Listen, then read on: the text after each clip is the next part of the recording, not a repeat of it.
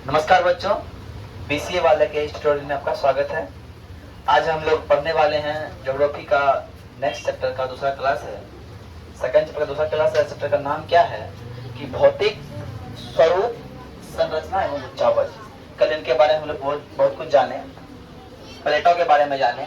तो पहला बात, प्लेट हम जाने थे कल क्या 15 प्रकार का प्लेट जाने थे। 6 बड़े प्लेट थे और 9 छोटे प्लेट। 6 बड़े प्लेट थे और 9 छोटे प्लेट थे। और आज हम जानेंगे उन प्लेटों में होने वाली गति के बारे में। उन प्लेटों में होने वाली गति के बारे में। उन प्लेटों में 3 प्रकार की गति होती है। कितने प्रकार के? 3 प्रकार की। तो पहला गति जो होता है, प्लेटों में जो गति होता है सर, वो गति को कितने भाग में बांटा गया है? 3 भाग में बांट दिया गया है। कितना बांटा गया है? 3 भाग में। तो पहला गति कौन सा गति है? विनाशी प्लेट सीमांत। इसको बोलते हैं विनाशी प्लेट सीमांत। समझिएगा बात, विनाशी प्लेट सीमांत क्या होता है? तो जब प्लेट एक दूसरे के करीब आती है उसे विनाशी प्लेट सीमांत कहते हैं। मान लो ये प्लेट ए है और ये प्लेट बी है, ये दोनों आपस में एक और आ जाए, इसको बोलेंगे विनाशी प्लेट सीमांत। कोई दिक्कत? लेकिन जब निर्माणक प्लेट सीमांत का मतलब क्या होता है? जब ये प्लेट एक दूसरे से दूर जाए। जब ये प्लेट एक दूसरे से दूर जाए इसको बोलेंगे निर्माणक प्लेट सीमांत बोलेंगे। और तीसरा है गति जो बोलते हैं, इसको बोलते हैं संरक्षी प्लेट सीमांत। क्या बोलते हैं? संरक्षी प्लेट सीमांत बोलते हैं। जब 2 प्लेट एक दूसरे को रगड़ती हुई विपरीत दिशा में जाती है उसे संरक्षी प्लेट सीमांत कहते हैं।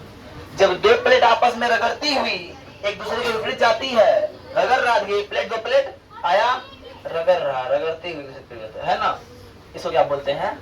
संरक्षी प्लेट सीमांत। कोई दिक्कत? बोलो कोई दिक्कत? अब आते हैं सर, कुछ फंडामेंटल है, कुछ समझना होगा। सो घाटी क्या होता है? घाटी क्या होता है? ये दर्रा क्या होता है? ये घाटी क्या होता है? ये दर्रा क्या होता है? और ये गॉर्ज क्या होता है? इनके बारे में जानना है। क्या जानना है? घाटी के बारे में, दर्रा के बारे में और गॉर्ज के बारे में। कहता है 2 पहाड़ों के बीच बसे शहर को घाटी कहते हैं।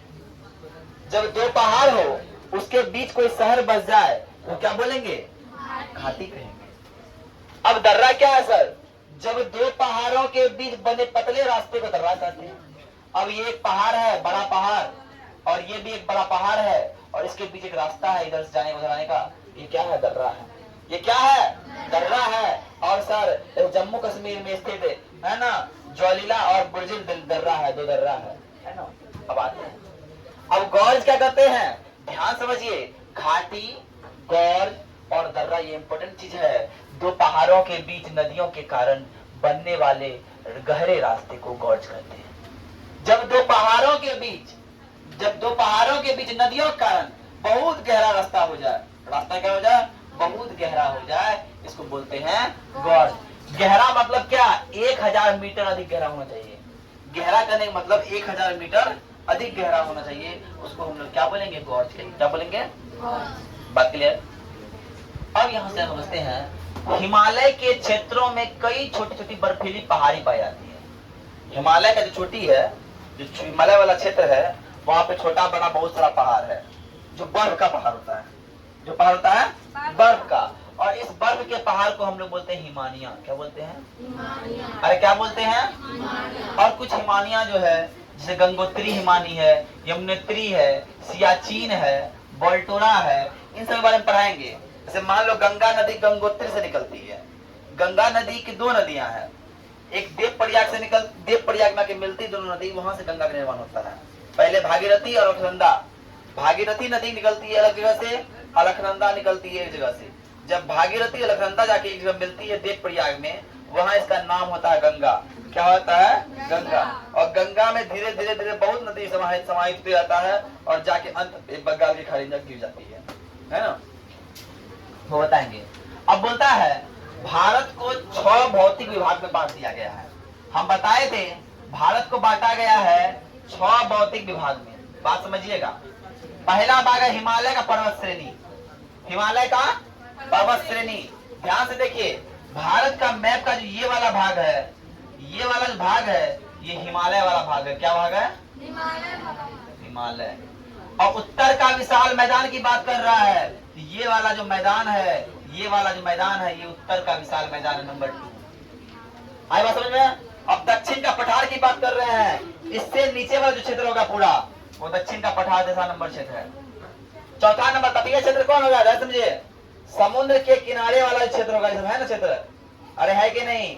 इसको बोले तटीय क्षेत्र, चौथा नंबर। अब भारतीय मरुस्थल कहाँ होगा? यहाँ पे अरावली पर्वत है। यहाँ पे क्या है? अरावली पर्वत। जब मानसून आती है यहाँ से टकरा कर लौट जाती है।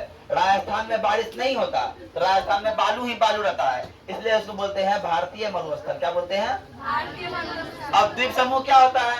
इधर है मेरा लक्षद्वीप, इधर है मेरा अंडमान निकोबार, और इन दोनों द्वीप समूह क्या बोलते हैं? द्वीप समूह बोलते हैं। क्या बोलते हैं? द्वीप समूह। इतना बात समझ रही है? कल हम इनके बारे में, हिमालय पर्वत श्रेणी, उत्तरी विशाल मैदान, दक्षिण का पठार, तटीय मैदान, मरुस्थलीय, भारतीय मरुस्थल, द्वीप समूह, इन सब के बारे में बारी बारी से अलग से चर्चा करेंगे, है ना? ऐसा नेक्स्ट क्लास में होगा। कल तो संडे है ना?